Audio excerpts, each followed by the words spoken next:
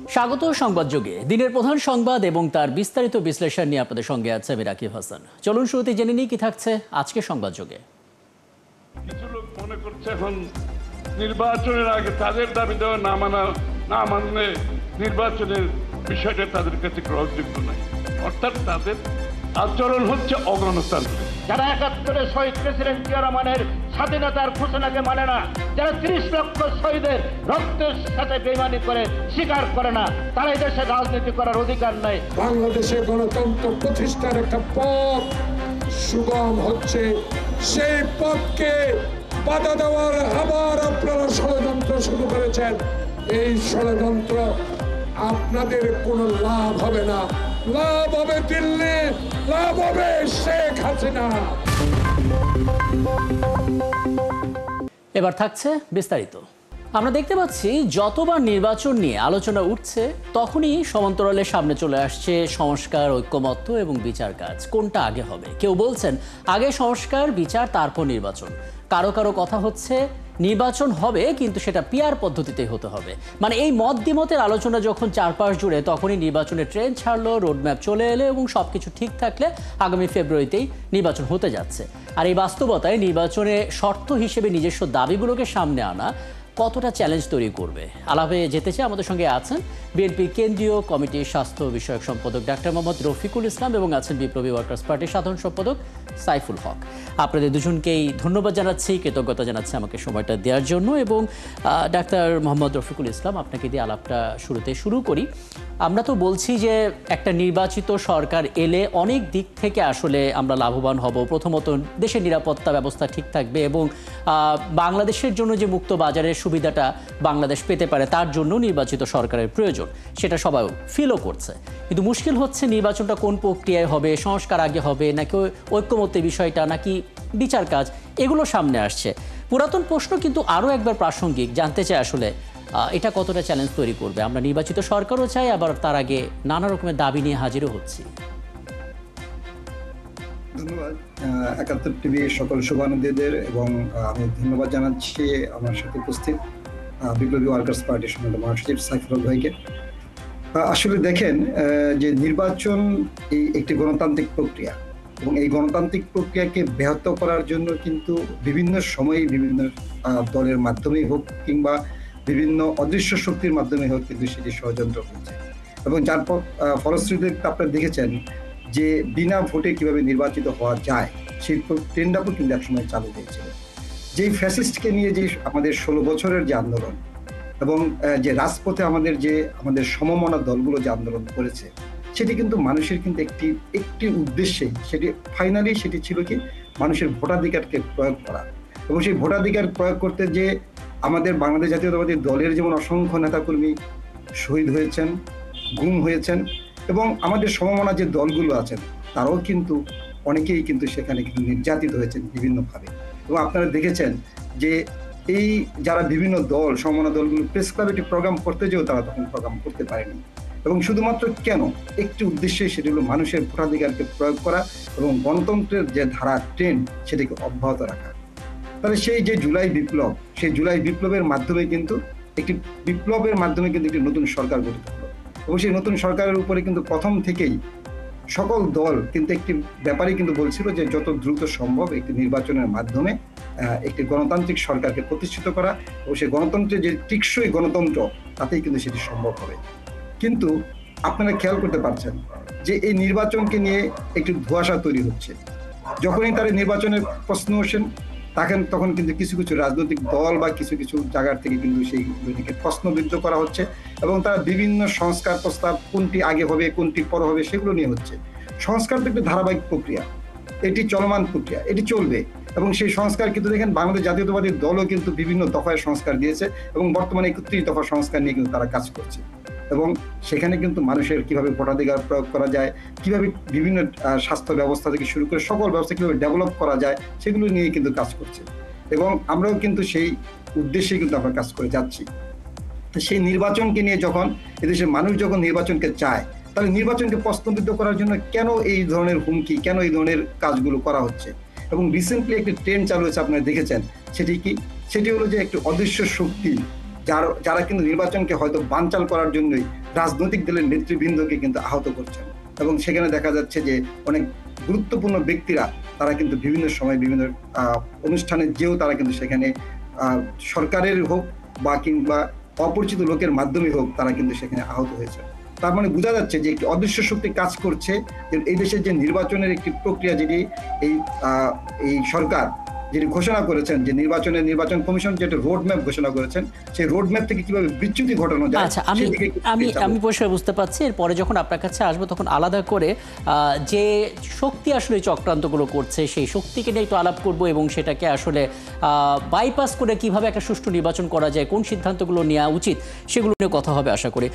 জনাব সাইফুল হক, আমরা অনেকগুলো বিষয় এখানে সামনে দেখতে পাচ্ছি। আপনি একজন রাজনীতিবিদ হিসেবে যদি বিষয়টা স্পষ্ট করেন, মানে একটা তো বলা হচ্ছে পিআর পদ্ধতিতে নির্বাচন হতেই হবে, আরেকজন বলছে যে পিআর পদ্ধতিতে নির্বাচন হলে এই সমস্যাগুলো তৈরি হবে, আরেকটা দল বলছে সবার আগে গণভোট হতে হবে, কেউ বলছে সংবিধানে অনেক পরিবর্তন আনতে হবে, আবার আমরা জানি ফেব্রুয়ারিতে নির্বাচনের একটা ডেডলাইন আমরা তৈরি করে ফেলেছি।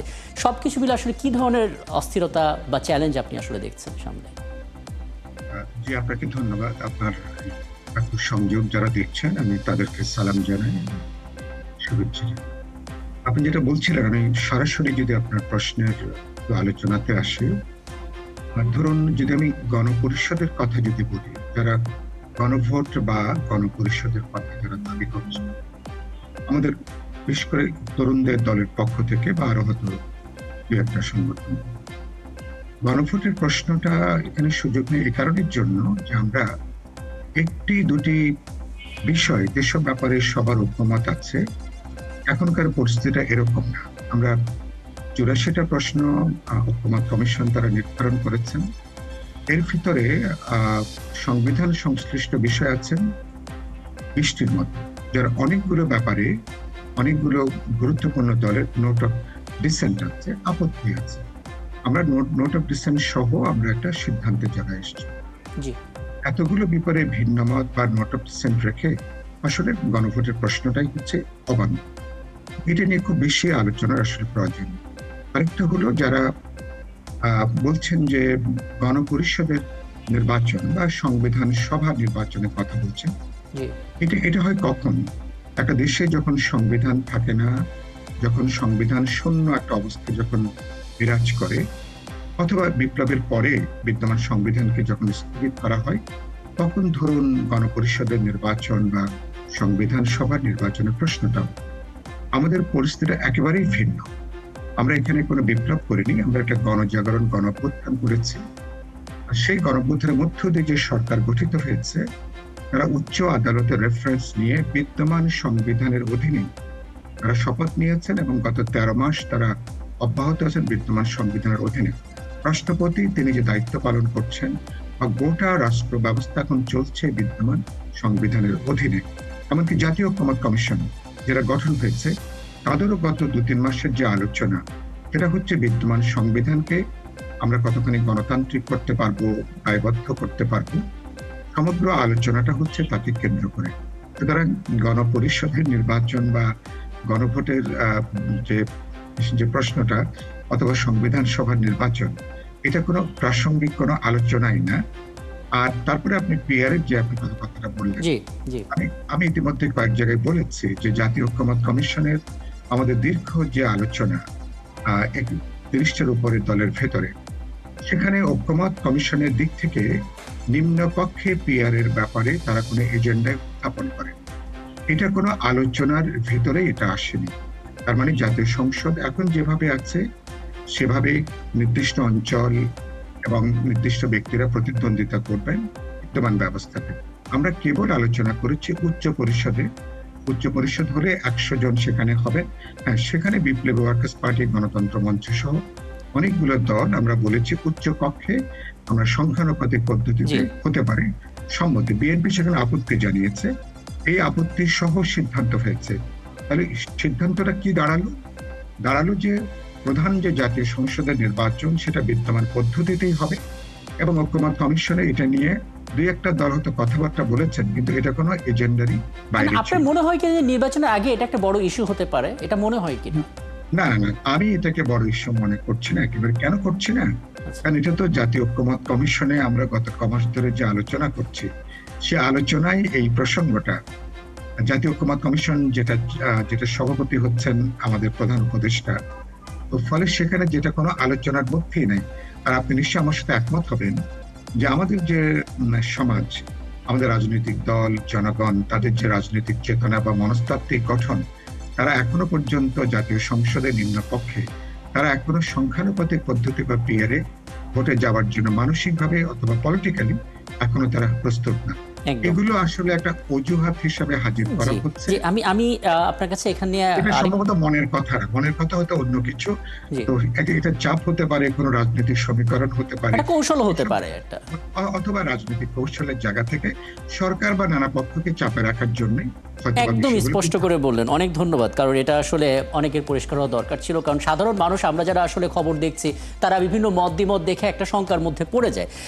এক্ষেত্রে ডাক্তার মোহাম্মদ রফিকুল ইসলাম, আপনি বলছিলেন যে একটা অশুভ শক্তি বারবার চেষ্টা করছে নির্বাচনটাকে বানচাল করার জন্য। বিএনপি তো এটা ফিল করছে, অন্যান্য রাজনৈতিক দলগুলো কি সেটা বুঝতে পারছে? যদি বুঝতে পেরে থাকে তাহলে ব্যক্তিগত দাবি দাবা বা বিভিন্ন চাওয়া পাওয়া নিয়ে নির্বাচনটাকে আসলে একটু পিছিয়ে দেওয়া, এই অভিযোগটা কেন উঠছে? দেখেন, আসলে নির্বাচন থেকে আপনি জানেন যে সরকারের বিভিন্ন জায়গায় কিন্তু এখনো কিন্তু যে ফ্যাসিস্টটা বিদ্যমান আছে। আমরা যে নির্বাচনের যে এই যে আমাদের যে ভিন্ন মত বা একটা নির্বাচনকে কৌশলগত কারণে নির্বাচনে পিছিয়ে দেওয়ার বা একটা অন্যরকম প্রচেষ্টা করার, তাতে কি সুবিধাটা হচ্ছে? তাতে কিন্তু আসলে কিন্তু যে ফ্যাসিস্টদেরকে রাজনীতি করার একটা সুযোগ করে দেওয়া হচ্ছে, এবং সেই ফ্যাসিস্টদের কিন্তু যে কোনো সময় তাদের রাজনীতি করার সুযোগটা কিন্তু আমরাই সুযোগটা করে দিচ্ছি যদি আমরা এই ধরনের নির্বাচনকে পিছিয়ে দিয়ে কোনো চিন্তা ভাবনা করি। তাই আমরা কিন্তু বারবারই বলছি যে কোনো অদৃশ্য শক্তির সে কোনো ছোঁয়া থাকতে পারে, সেই জন্যই আমরা কিন্তু বারবারই বলছি যে এখান থেকে কিন্তু আমাদেরকে বেরিয়ে আসতে হবে। এবং এগুলো কিন্তু আমাদের এখানে সাইফুল ভাই কিন্তু খুব স্পষ্টভাবে বললেন যে নির্বাচন কমিশনে বা তাদের যে আলোচনাগুলো হয়েছে সেখানে কিন্তু এই ধরনের আলোচনাগুলো প্রথমে ছিল না, এবং তারা কিন্তু এই ইস্যুটাকে কিন্তু এখন সামনের দিকে নিয়ে আসা হচ্ছে। এবং সামনের দিকে নিয়ে আসার উদ্দেশ্য হলো যে অনেকেই কিন্তু আবার স্পষ্ট করে বলছেন যে নির্বাচনের জন্য ফেব্রুয়ারি হয়তো যথেষ্ট ছিল না ও যথেষ্ট নয়। এখন তারা সেই জায়গা থেকে হয়তো পিছিয়ে এসে বলছে যে ফেব্রুয়ারিতে নির্বাচন সম্ভব, কিন্তু এই পদ্ধতিগুলোকে তাদেরকে অনুসরণ করতে হবে। সেখান থেকে কিন্তু তারা কিন্তু অনেকাংশে সরে আসছে। তবে আমি মনে করি এটি যদি তাদের রাজনৈতিক কৌশল হয়, যে রাজনীতিকে মানে গভর্নমেন্টকে চাপে রেখে কিংবা অন্য দলকে চাপে রেখে তাদের বিভিন্ন জিনিস ইস্যু আদায় করে নেওয়া, সেটি ভিন্ন ইস্যু।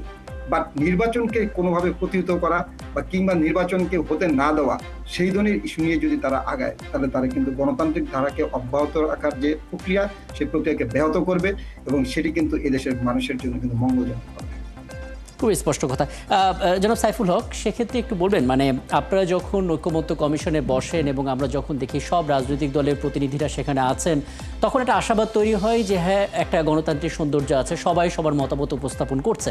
কিন্তু এটা আসলে সবাই দেখতে চাই যে এরকম সবার একটা স্বতঃস্ফূর্ত অংশগ্রহণে একটা সুষ্ঠু নির্বাচন হবে, একটা ঐতিহাসিক নির্বাচন হবে। কি কি চ্যালেঞ্জ এখনো রয়ে গেছে যেটা আসলে ব্যথার কারণ হতে পারে, বাধা তৈরি করতে পারে বলে মনে করেন? যেটা আপনি বললেন, প্রথম যেটা উল্লেখ করি যে ঐকমত্য কমিশনের যে আলোচনা, সেটা কিন্তু আমাদের ইতিহাসে একটা নজিরবিহীন সৌহার্দ্যের মধ্য দিয়ে কিন্তু এই আলোচনাটা হয়েছে। আমরা কথা বলেছি, আলোচনা করেছি, এমনকি হাসি, কিছু ব্যঙ্গ বিদ্রুপ, ঠাট্টা তামাশা এগুলো হয়েছে, কিন্তু অসাধারণ একটা গণতান্ত্রিক রাজনৈতিক সংস্কৃতি হয়েছে। তারা আবার যখন প্রেস ব্রিফিং এ যান, তখন সেটা কিন্তু ভেতরের আলোচনার সাথে প্রেস ব্রিফিং এর আলোচনাটা আপনাদের সংগতিপূর্ণ নয়।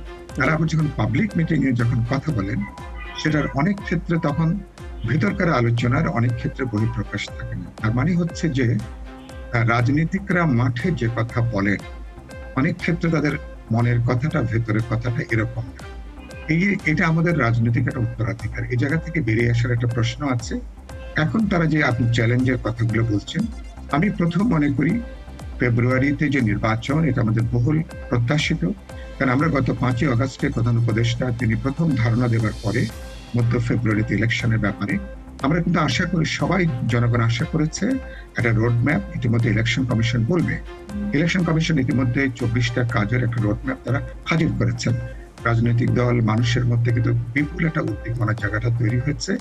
17 বছর পরে এবার মানুষ তার অবাধ বিশ্বাসযোগ্য পরিবেশে মানুষ তার প্রতিনিধি অথবা মার্কায় মানুষ ভোট দিতে পারবে। তখন যখন এটা হাজির করা হচ্ছে, সম্ভবত থলের মধ্যে অন্য কিছু আছে, তো সেগুলো তারা যদি হাজির করেন, আমি মনে করি তাহলে চ্যালেঞ্জগুলো কি এক্ষেত্রে সরকারের রাজনৈতিক সদিচ্ছাটা সবচেয়ে গুরুত্বপূর্ণ।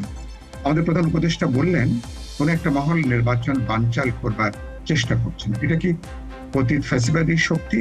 তিনি এ ব্যাপারে খুব ব্যাখ্যা করেননি। অথবা অভ্যুত্থানের সঙ্গে নানাভাবে যারা যুক্ত ছিলেন নতুন প্রেক্ষিতে, তারা কি নতুন কোনো কনটেক্সটে তারা কি আরো সরকারকে আরো দীর্ঘ সময় ধরে রাখতে চান, অথবা তাদের অন্য কোনো এজেন্ডা আছে কিনা?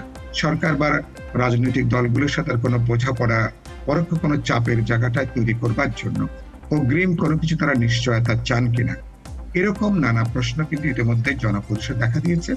আমি মনে করি এগুলোকে এতখানি গুরুত্ব দিয়ে দেবার কিছু নাই, কারণ আমি মনে করি আগামী ফেব্রুয়ারি নির্বাচনে অভ্যুত্থানে অংশগ্রহণী দলগুলো শেষ পর্যন্ত সবাই অংশগ্রহণ করবে। এই প্রত্যাশা সবারই। আসলে আমি আলাপটা শেষ করবার 1 মিনিট আছে, 1 মিনিটের মধ্যে ডাক্তার রফিকুল ইসলাম একটু যুক্ত করে দেবেন আপনি। মানে মোটামুটিভাবে সবকিছু আমরা ব্যাখ্যা করেছি, কিন্তু একটা শঙ্কা, একটা ভয় আমাদের সবসময় থেকে যায়, কারণ প্রতিটা রাত খুব ট্র্যাজেডিপূর্ণ হচ্ছে। এখন হঠাৎ করে দেখা যাচ্ছে কেউ না কেউ রাস্তায় নেমেছে, একটা দাবি নিয়ে বসে গেছে, রোড ব্লক হয়ে গেছে, এবং সবাই সেই সুযোগটার মাঝখান থেকে কেউ না কেউ এসে একটা বড় ধরনের আওয়াজ তৈরি করে ফেলে। এই পথগুলো বন্ধ না করলে তো আসলে যে কোনো মুহূর্তে নির্বাচনে একটা ঝুঁকির মধ্যে পড়ে যেতে পারে। কি করণীয় আসলে, কোনো সাজেশন? আসলে দেখেন, এই যে মব সৃষ্টির যে কালচার, এই মব সৃষ্টির কালচার থেকে কিন্তু আমাদেরকে বেরিয়ে আসতে হবে। মব সৃষ্টি করে আপনি কোনো কিছু আদায় করে নেওয়া, জোরপূর্বক আদায় করে নেওয়া, বা যেটা দেশের জনগণকে, আপনি জনগণের রায়কে, আপনি প্রত্যাশাকে, সেটাকে আপনি কিন্তু অন্যদিকে ধাবিত করার চেষ্টা করা। কারণ আপনি জনগণই পারেন এদেশের সরকারকে কিভাবে চালিত হবে, কিভাবে চেঞ্জ হবে, কিভাবে পরিবর্তন হবে, সেটি কিন্তু জনগণই পারেন। জনগণের রায়ের দিকে আমাদের সকলের তাকানো উচিত। কারণ আমরা যে 16 বছর 17 বছর যুদ্ধ করছি সবাই মিলে, সেইটাই কিন্তু একমাত্র পারে আমাদের জনগণের রায়কে, প্রত্যাশাটাকে সেখান থেকে এগিয়ে নিয়ে যাওয়া। মূল দায়িত্বটা, মূল বিবেচনার জায়গাটা আসলে জনগণকে নিতে হবে। অনেক ধন্যবাদ। আমার হাতে সময় থাকলে আলাপটা দীর্ঘ করতাম, কিন্তু তারপরে অনেকগুলো কনফিউশন আসলে আপনারা দূর করে দিলেন। অনেক ধন্যবাদ আমাকে সময়টা দেওয়ার জন্য। আমাদের সঙ্গে ছিলেন এতক্ষণ বিএনপির কেন্দ্রীয় কমিটির স্বাস্থ্য বিষয়ক সম্পাদক ডাক্তার মোহাম্মদ রফিকুল ইসলাম, এবং ছিলেন বিপ্লবী ওয়ার্কার্স পার্টির সম্পাদক সাইফুল হক। এবং যে নির্বাচনী আলাপ হচ্ছে, নির্বাচনের পরিবেশ যত এগিয়ে আসছে, সময়টা যত এগিয়ে আসছে, রাজনৈতিক অঙ্গনে ততটা কি আসলে অস্থিরতা তৈরি হচ্ছে, হলে আসলে কি কি কারণে হচ্ছে, সেগুলো নিয়ে আমরা মূলত কথা বলছিলাম। এবং এই ছিল আজকের সংবাদযোগে। আগামীকাল ঠিক রাত 10টায় আবারও দেখা হবে নতুন কোনো বিষয় এবং তার বিশ্লেষণ নিয়ে। থাকুন ৭১-এর সাথে।